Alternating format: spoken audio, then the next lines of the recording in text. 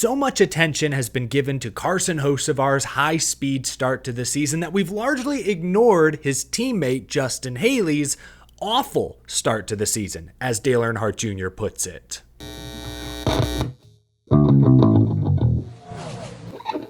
How's it going, y'all? My name is Eric. Welcome to Out of the Groove. NASCAR teams have arrived in Mexico City earlier today. We talked about Shane Van Gisbergen, AJ Allmendinger, Daniel Suarez, and other drivers feeling the pressure to win their way into the playoffs this weekend. Click right up here or click the link down below to check out that Mexico City race preview. Also tonight at 8 p.m. Eastern Time, I'll be streaming live right here on this channel with Danny B, the Iceberg. We'll recap Michigan, discuss the latest stories, headlines, rumors, and of course preview Mexico City ourselves. Tune in tonight at 8 p.m. Eastern Time. Hope to see you there. Few things to talk about in this episode. Let's get some numbers out of the way first. The Nielsen television ratings are in for Sunday's race at Michigan International Speedway. Reported by Sports Business Journal's Adam Stern, he says Amazon Prime Video earned 1.77 million viewers for Sunday's Cup race at Michigan. He says no direct comp to last year, but the start of last year's Michigan race on cable, USA Network, got 2.1 million viewers. So let's see, running that through the calculator real quick, that's roughly a 17% year-over-year decrease, which sounds terrible at first, sounds really bad. But like we talked about a couple weeks ago after Charlotte, that 17% decline is similar to what the NFL experienced when they moved Thursday Night Football off of NFL Network, off of Fox, to Amazon Prime Video. They experienced roughly a 25% year-over-year decline. But in the years since, they have slowly built their Amazon Prime viewership back up. I'm sure that's what NASCAR hopes to do with Amazon Prime over the next 6 years of their TV agreement. So on its face, no, 1.77 million viewers for a Cup Series race, especially a race that was that good, that compelling, that's not great news. But when you compare percentages to the NFL, I think that number is a lot easier to digest. And coming this week is the American Thunder Le Mans Garage 56 docuseries Prime Video's produced, just in time for this year's 24 Hours of Le Mans. Very excited to check that out here in the coming days. So wanted to talk numbers first and foremost. Now let's talk about Spire Motorsports. Not Carson Hocevar this week. No, we exhausted the Hocevar headlines 1 week ago. Instead, we'll talk about his teammate Justin Haley. Dale Earnhardt Jr., Prime Video analyst, also host of the Dale Jr. Download, used strong words to describe Justin Haley's early season struggles. Dale Jr., on the Dale Jr. Download, said, quote, Justin Haley was a good free agent in this sport. He drove for Rick Ware and did some pretty curious, solid runs in that car. And he leveraged that into this opportunity at Spire. But since he's been there, it's been awful. It has been bad. Whew, strong words from Dale Jr. Now that quote is missing some important context. I've seen a lot of fans on social media today react to those comments by themselves, but they're missing the bigger picture. Dale Earnhardt Jr. explained in this podcast that obviously one, Justin Haley has gone through a crew chief swap already this season. More on that in a moment. But two, Jr. theorized that maybe Spire Motorsports isn't prioritizing all three of their cars the exact same way. Yes, while the next-gen car is spec and all the equipment is the same, not every manufactured piece comes off the assembly line 100% perfect. The big teams still have to decide which parts go where. He theorized that perhaps the 7 isn't getting the best stuff out of that organization. We do see week in, week out, it seems Carson Hocevar in the 77 is contending for the win, leading laps, battling up front. Michael McDowell will pop from time to time. Great opportunity for him this weekend at a road course in Mexico City where he's won before in a sports car. But Justin Haley, through the first 15 races this year, really hasn't had one of those moments just yet. So Dale Jr., if I'm adding all the context, he wasn't putting the bad start to the season squarely on Justin Haley's shoulders. He wasn't trying to say, hey, Justin Haley is definitively the problem. He was just acknowledging that however they're putting the pieces together over there, the 7 car is struggling. And Dale Earnhardt Jr. is exactly right about that. Right now, Justin Haley finds himself 29th in Cup Series points, while his teammates are battling up near the top 20. Hocevar 18th, leading leading laps, like I said. McDowell has actually dropped a bit in recent weeks, is down to 23rd, but he's been in the top 20, top 16 at times this year. Here's the thing. While Dale Earnhardt Jr. isn't putting all the blame on Justin Haley, a lot of fans are, based on what I've seen this week. And I'm going to push back against that at least a little bit. Sure, I'll give you this. A year ago, was Justin Haley slightly overrated as a free agent?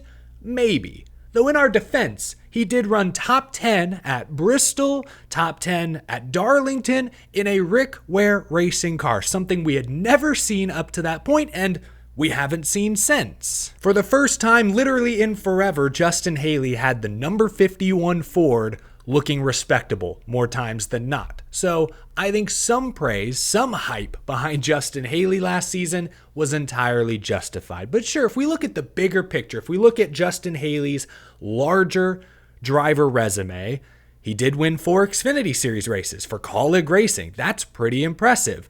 All 4 were super speedways, however. That's worth noting. Not saying you put an asterisk by it, but you just gotta say it. He did make it to a championship 4 once in the Xfinity Series as a young Colleague driver. That is very impressive. So Haley's Xfinity Series resume is solid. Is it top tier? Is it elite prospect level? No. But it's solid. Worthy of a Cup Series opportunity. He spent time in Cup with Colleague, a team that was not really competitive outside of AJ at the road courses. Despite that, Justin Haley was 22nd in points in 2022, the first year of the next gen. I mean, that's not bad. For financial reasons, Colleague let him go. He ends up at Rick Ware. Already talked about that. Couple of standout performances. Arguably the best Rick Ware Racing has ever looked. Leveraged that success into this opportunity with Spire Motorsports coming into this year. This looked like the first pretty good Cup Series opportunity of Justin Haley's career. Colleague Racing, Rick Ware,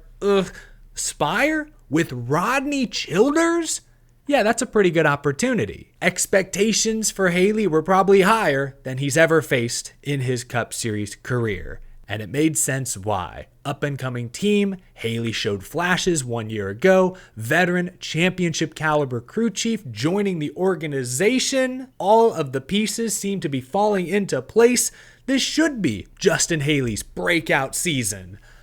Well, then Rodney Childers left the organization. 10 weeks into the season, 9 races into the season, a quarter of the way through the year, suddenly everything is up in turmoil again. Before that, remember Hendrick Motorsports swapped out Haley's entire pit crew with Larson's? Then the car chief, Cheddar Smith, leaves. Then Rodney Childers leaves. Suddenly this team that in the preseason looked like maybe a playoff contender had been picked clean, like buzzards in the night, picking meat off the bone. Nothing left. Except, of course, Justin Haley, who has to bear all of the weight, all of the pressure, all the expectations on his young shoulders. Justin Haley, how old is he? He's still like 26? He just turned 26 a few weeks ago. 26 years old, still a very, very young driver. So much chaos, so much turnover around him. What was supposed to be his first pretty good Cup Series opportunity isn't that. I don't think we can call the 7 car a good opportunity right now. Ryan Sparks is the crew chief. I mean, he's a vet. All credit, all respect to him, but mid-season crew chief swap, pit crew overhaul. I mean, yeah, Haley needs to finish this year better than 29th in points. Still a long way to go. I think he can do that, but to say he's a bust or to say, oh, Haley might be the problem there, it is way too early to come to that conclusion. It's too early to give up on Justin Haley, in my opinion. Rodney Childers leaves 9 weeks in, pit crew gets swapped out, car chief swapped out. This isn't a great opportunity. I know Carson Hocevar's running top 5 every week. Carson Hocevar may just be that damn fast. But that doesn't mean Justin Haley is that slow by comparison. Justin Haley has no stability, while Carson Hocevar is in year 2 with veteran crew chief Luke Lambert. He has all the stability by comparison. So it's like comparing apples to oranges. You cannot compare the two at this point. It's interesting. Tomorrow, I will publish a full interview I just did with Michael McDowell, the veteran at Spire Motorsports. I asked Michael about Hocevar because Carson has obviously run up front a lot, gotten a lot of attention lately. But after talking about Hocevar for a moment, McDowell actually pivoted, unprompted, to talking a bit about Justin Haley, and I think explaining the Justin Haley situation quite well from his perspective. So I want to share that clip right now from Michael McDowell this week. Full interview, you'll hear it tomorrow. This was McDowell talking about Justin Haley and Carson Hocevar. He's got a tremendous amount of talent, tremendous amount of speed, and that's what you want, right? I mean, that's what you want. That's what you need.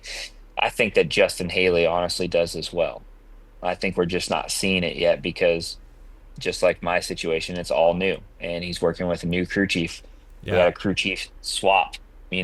I don't even want to call it mid-season, but a quarter way through the season. So there's a lot of things that he's still figuring out and getting used to, and figuring out what he needs in the car. And every driver is different, and every driver setup usually is a little bit different. It doesn't matter if you're at Hendrick Motorsports or Team Penske or Joe Gibbs Racing; they all want something a little different. And so it's just taking a little bit more time to see that speed. Again, stay tuned because tomorrow I'll post the full interview with Michael McDowell, another one of those drivers who's looking at Mexico City as a huge opportunity, chance to win his way into the playoffs, turn his season around perhaps. But I thought his take on Haley, Hocevar, comparing those young teammates was kind of interesting. Figured I'd share. Fit into today's topic quite nicely. But that's all I've got. Too early to give up on Justin Haley. Let me know down in the comments below if you agree with that, if you disagree. While you're down there, leave a like if you enjoyed this video. Subscribe for more NASCAR commentary every single day, all year long. I've teased a bunch of different projects in this video. A lot of videos coming soon. Subscribe so you don't miss any single one of them. Again, streaming live tonight, 8 p.m. Eastern time. If you ring that little bell down there, you'll get a notification, so you certainly won't miss out. Should be a fun time, fun conversation. Thanks for hanging out with me, folks. I'll see you again real soon.